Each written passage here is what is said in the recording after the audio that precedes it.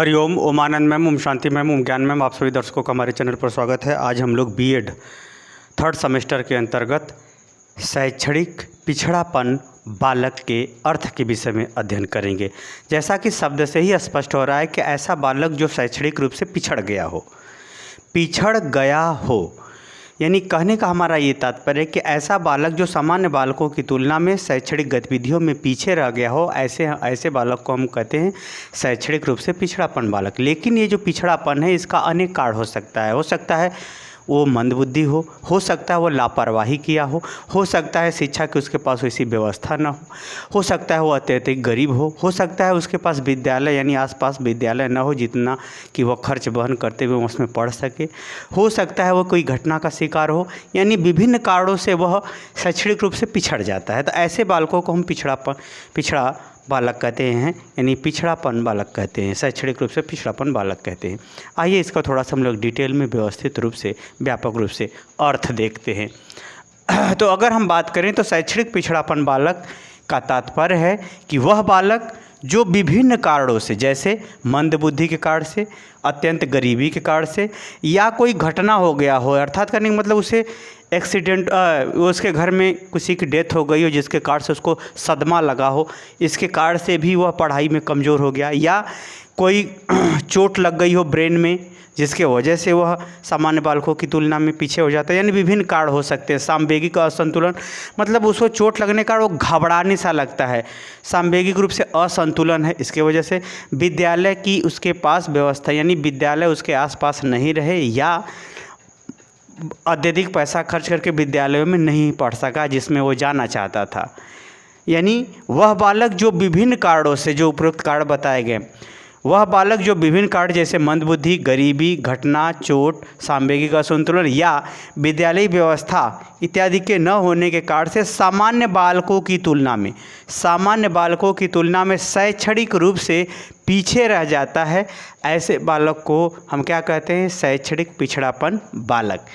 अब ये जो शैक्षणिक रूप से पिछड़ जाया है, यानी उससे पीछे हो गया है, तो ऐसे बालक की पिछड़ापन का तात्पर्य है कि जितना विस्तृत नॉलेज होना चाहिए हो सकता है नॉलेज ना हो उसके पास,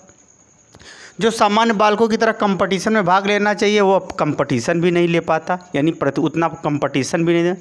जितना अन्य बालकों का, सामान्य बालकों का रिजल्ट आया है विभिन्न कारणों की वजह से उसका अभी रिजल्ट ना आ पा रहा हो।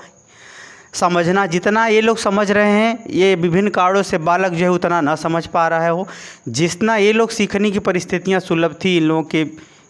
लिए, उतना इसके लिए सीखने की परिस्थितियाँ उपलब्ध न थी, इत्यादि जो है शैक्षणिक रूप से पिछड़ेपन का कारण हो सकता है। सामान्यतः यह देखा गया है कि जो बालक बुद्धि लब्धि अच्छी है लेकिन वो शैक्षणिक रूप से दुर्घटना के कारण से या चोट के कारण से या सामवेगिक असंतुलन के कारण से वो पिछड़ा रह गया है, बाद में ऐसे बालक बड़े आक्रामक या अपराधी प्रवृत्ति के भी होते पाए गए हैं। कहने का हमारा ये तात्पर्य, शैक्षणिक रूप से पिछड़ापन बालक जो होता है वो विभिन्न कारणों से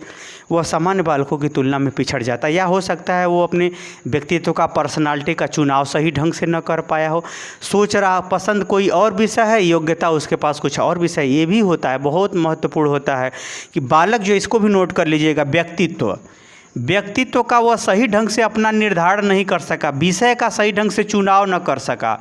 जिस विषय को वह पसंद करता है वह विषय आती नहीं, और जिस विषय में उसके अच्छे मार्क्स हैं, जिस विषय को अच्छी तरह जानता है उसे वो छोड़ चुका हो, तो विषय का चुनाव हुआ, उसके व्यक्तित्व का निर्धारण हुआ, या उसके डायरेक्टर या निर्देशन जो दिया है कि इस क्षेत्र में पढ़ो। जैसे बाप कहते हैं कि आप जो है साइंस पढ़ो, अब बेटा को साइंस अच्छी ही नहीं लगती, आर्ट साइंस अच्छी लगती है, उसकी योग्यता कुछ और है, सामने वाले का प्रेशर कुछ होता, इत्यादि अनेक कारण हो सकते हैं इसके पिछड़ेपन होने का कारण,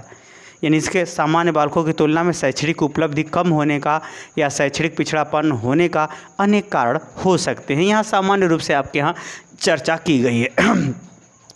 तो वह बालक जो विभिन्न कारणों से, जैसे विषय का चुनाव या मंदबुद्धि या गरीबी या घटना या चोट या सामवेगिक असंतुलन, विद्यालय उसके व्यक्तित्व का सही निर्देशन इत्यादि कारणों से सामान्य बालकों की तुलना में शैक्षणिक उपलब्धि में पीछे रह जाना, जैसे विषय की व्यापक ज्ञान के मामले में, प्रतिस्पर्धा के मामले में, विषय का प्रतिफल के मामले में, विषय को समझने के मामले में, विषय को सीखने के मामले में पीछे रह जाता है, तो ऐसे बालक को सामान्यतः शैक्षणिक पिछड़ापन बालक कहते हैं। शैक्षणिक पिछड़ापन बालक कहते हैं। वास्तव में अगर देखा जाए तो एक अनुशासन भी एक महत्वपूर्ण चीज़ है। यदि कोई डेली पढ़ता है तो निश्चित रूप से वह कछुए की चाल चलते हुए एक समय बहुत सारा नॉलेज हो जाता है। कुछ ऐसे बालक जैसे लापरवाह होते हैं या प्रमादी होते हैं या आलसी होते हैं या माता पिता को उतना ध्यान नहीं देते जब माता पिता, तो ऐसे बालक के पास योग्यता रहते हुए भी पीछे हो जाते हैं। कहने का हमारा कुल तात्पर्य है कि इसमें अगर एक अनुशासन शब्द भी जोड़ लें तो कोई बुराई नहीं है। अनुशासनहीनता की अगर भावना है तो ऐसे परिस्थिति में भी बालक क्या होता है, शैक्षणिक रूप से पिछड़ जाता है। तो शैक्षणिक पिछड़ापन का जो है अनेक कारण हो सकते हैं और शैक्षणिक पिछड़ापन के स्वरूप का भी अनेक कारण हो सकते हैं, जैसे व्यापकता, प्रतिस्पर्धा, प्रतिपल, समझ, सीखना। अभ्यास भी हो सकता है, यानी कि वो हल न कर पाया हो, प्रश्न पत्र का अभ्यास न कर पाए, इसकी वजह से भी पिछड़ा। अस्वस्थता भी हो सकती है, बीमारी है, अगर लंबा दिन से वो बीमार है, कोई ऐसे रोग का शिकार है जिसमें उसको बराबर दवाई खानी पड़ती, कुछ दिन सही कुछ दिन बीमार रहता है, या कोई पेट का पेशेंट है, इस तरह भी कई कारणों से हो सकता है ऐसे बालक सामान्य बालकों की तुलना में पिछड़ापन रह जाते हैं। तो ऐसे बालकों के प्रति क्या लक्षण है ये तो सामान्य रूप से आपको बता ही दिया गया है विशेषता में। आगे की वीडियो में इसका लक्षण थोड़ा और स्पष्ट करके बता दिया जाएगा, फिर इसका शैक्षणिक प्रावधान पढ़ाया जाएगा। मुझे उम्मीद है कि शैक्षणिक पिछड़ापन बालक का अर्थ